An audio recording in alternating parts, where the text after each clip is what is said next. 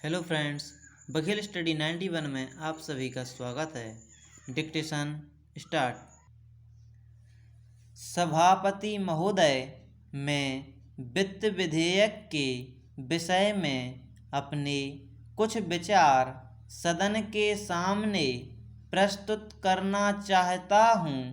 जब वित्त विधेयक तैयार किया जाता है तो उससे पहले एक रूपरेखा बनाई जाती है जिसे देखने से सारे वित्त विधेयक के विषय में पूरी जानकारी मिल जाती है।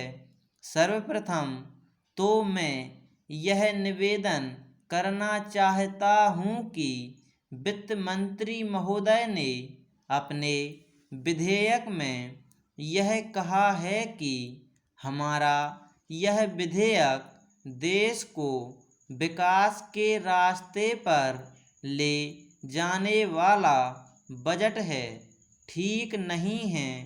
हम कई वर्षों से इस सदन में यही सुनते आ रहे हैं कि हम देश को आगे ले जाने के लिए योजनाएं बना रहे हैं।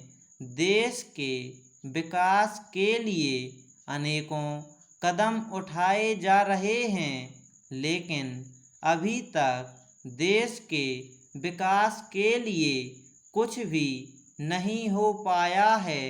आज से कई वर्ष पहले भी यही बातें सदन में कही जाती थीं और आज भी वही बातें कही जा रही हैं, लेकिन देश की हालत में कोई परिवर्तन देखने में नहीं आ रहा है।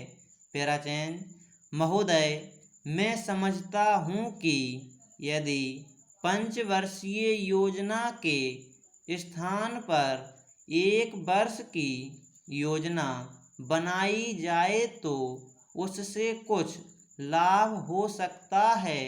यदि इसके लिए संविधान में संशोधन करने की आवश्यकता हो तो उसके लिए भी कदम उठाए जा सकते हैं।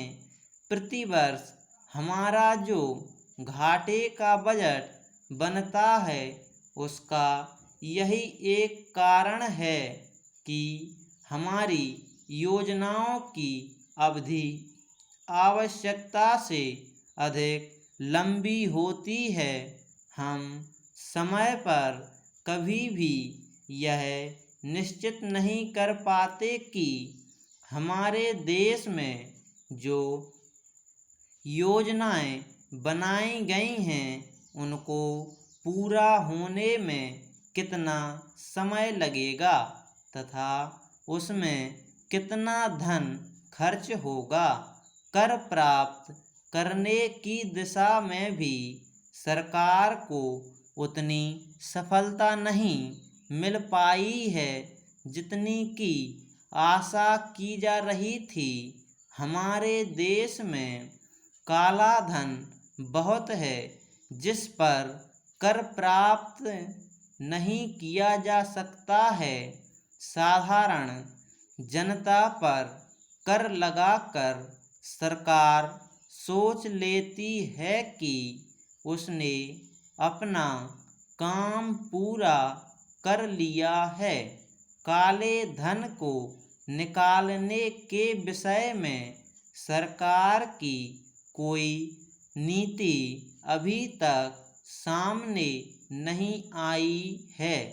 अंत में मैं सदन से यह निवेदन करना चाहता हूँ कि इस वित्त विधेयक पर विस्तार से चर्चा की जाए। इसमें जो कमियां रह गई हैं उन पर प्रकाश डाला जाए और भविष्य में उन कमियों को दूर करने का प्रयत्न किया जाए। Full stop.